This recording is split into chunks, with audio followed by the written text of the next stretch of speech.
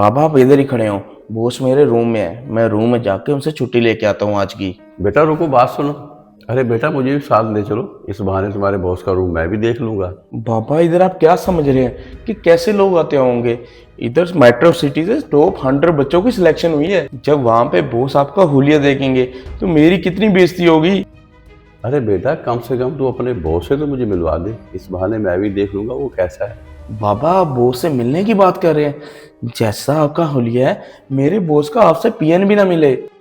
ये लाल सी चादर और नीचे से टूटी हुई चप्पल, लोग पूछेंगे तो मैं क्या कहूंगा? ये देसी गवार मेरे पापा है। बेटा, मेरे लिबास में क्या कमी है? सब जैसा तो पहना हुआ है। बाबा आपके लिबास में कमी ही कमी है। ऑटो ड्राइवर लग रहे हैं आप। बाबा आप मेरी बेइज्जती क्यों करवाने पे तुले हो? अगर आप मेरी बेइज्जती करवाने जाते हो तो मुझे कोई मसला नहीं। आओ चलो मेरे साथ, आओ क्यों हो, चलो मेरे साथ। और नहीं नहीं बेटा, जा, तेरी बेइज्जती हो जाएगी।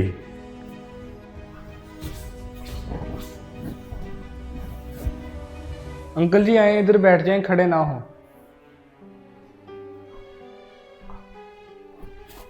शुक्रिया बेटा। अंकल जी टेंशन ना लें, आजकल की औलाद है ही ऐसी। नहीं बेटा, कोई टेंशन नहीं, वो अपनी जगह ठीक होगा। अंकल वो कहाँ ठीक था?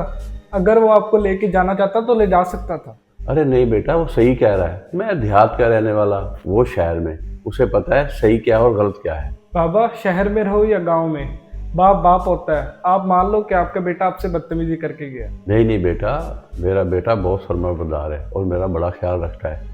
बस वो मेरे लिबास की वजह से मुझे छोड़ गया है। अरे बाबा बस कर, मैंने देख लिया वो कितना फर्मा बरदार है। झूठ बोलने की ज़रूरत नहीं है। मेरा इकलौता बेटा है और मुझे अपनी जान से ज़्यादा प्यारा है वो। इकलौता है, तुम्हारे लाड प्यार ने उसे ज़्यादा बिगाड़ दिया। जैसा भी है मेरा बेटा है, आप छोड़ें इन बातों को। छोड़ने वाली बात नहीं है, कल को आप परेशान होंगे।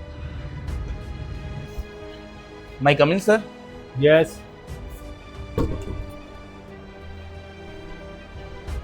सर कैसे हैं आप? I am fine.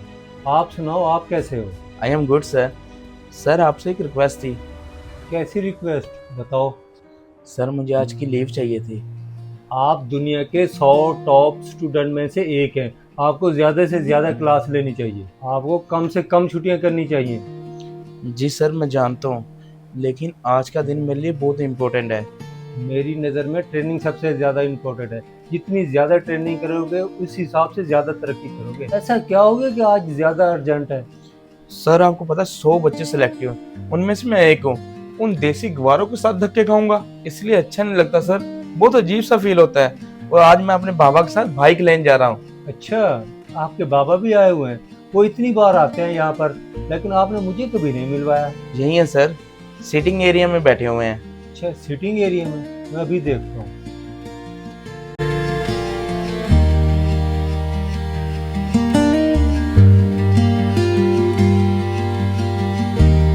तूने मुझे पहले क्यों नहीं बताया? ये तेरे वाले साहब।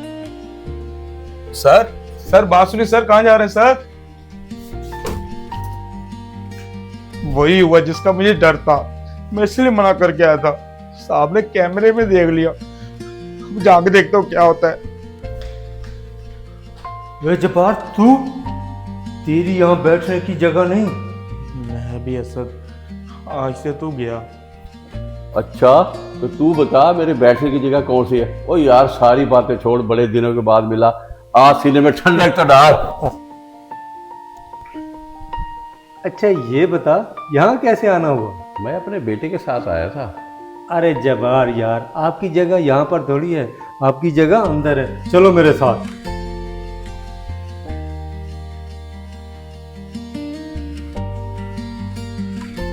आ जाओ, बैठो यहाँ। तुम्हारी ये जगह है बैठने की। आप वहां कहाँ गर्मी में बैठ गए? तुम्हें पता है कि ये कौन है? पता है इसे कि मैं इसका बाप हूँ, पर ये सादा से कपड़े देख के मुझे अंदर लाने में शर्म आ रही थी। इसे देसी कपड़े देखकर बाप कहने में शर्म आ रही है। ये इसलिए मुझे अंदर लेके नहीं आया कि इसके दोस्तों को न पता चल जाए कि मैं इसका बाप हूँ, फिर कहीं साहबजादे की बेइज्जती ना हो जाए। ये फैशनी दुनिया के बच्चे हैं भाई, इनकी नज़र में पहनावा ही सब कुछ होता है। ये चाहे कुछ भी पहने, तो पहनावे से कभी रिश्ते नहीं बदलते। एक जमाना था हम साथ में खेलते थे, पढ़ते थे, और गवर्नमेंट की एक स्कीम आई थी कि एक ही साल में एक बंदे को लोन दिया जाएगा 2 करोड़ रुपए, जिससे बहुत बड़ा बिजनेस हो सकता था। हम दोनों ने ही फॉर्म भरा था, हम दोनों ही क्वालिफाई थे। तो जब्बार भाई ने मुझे कहा कि आपको बिजनेस की ज्यादा जरूरत है। उन्होंने अपना फॉर्म वापस ले लिया, मुझे हौसला दिया कि तुम बिजनेस करके आगे बढ़ो। आज जब्बार भाई की वजह से ही ये मेरी कंपनी खड़ी है। जैसे ही मेरा कारोबार बढ़ने लगा, मैंने भाई को बोला कि मेरे साथ आके पार्टनर बन जाओ। इन्होंने कहा नहीं, मैंने खेती बाड़ी करनी है और अपने गांव में रहना है। और इन्होंने कहा कि कभी मौका मिले तो अपनी कंपनी में मेरे बेटे को जरूर मौका देना। तुम अगर यहाँ पर खड़े हो तो देसी पहनावा और इस देहाती आदमी की वजह से खड़े हो। हमें आजकल की इस मॉडर्न कल्चर से कोई एतराज नहीं है और आपको भी देसी पहनावे से कोई एतराज नहीं होना चाहिए। कोई मर्जी कुछ पहने, तुम बस उसकी इज्जत करना सीखो। रशीद भाई, आजकल का कल्चर है, ये जितनी मर्जी हमारी बेइज्जती कर लें, हम फिर भी इनसे नाराज नहीं होते। पापा मुझे माफ़ कर दें, मुझसे गलती हो गई। आज के बाद जो आप कपड़े पहनते हैं वही पहना करें, उससे मुझे कोई मसला नहीं है। और आज के बाद अगर कभी किसी बुजुर्ग से बदतमीजी की, मैं तुझे यहाँ से ब्लैक लिस्ट करके निकालूंगा। फिर तेरी सिलेक्शन कहीं भी नहीं होगी। जा चाय लेकर आ मेरे दोस्त के लिए। बाप की कदर कीजिए, क्योंकि अल्लाह की रजा भी इसी में है। अगर ये पैगाम दिल को छू गया हो तो जरूर शेयर करें, शायद इससे किसी की सोच बदल जाए।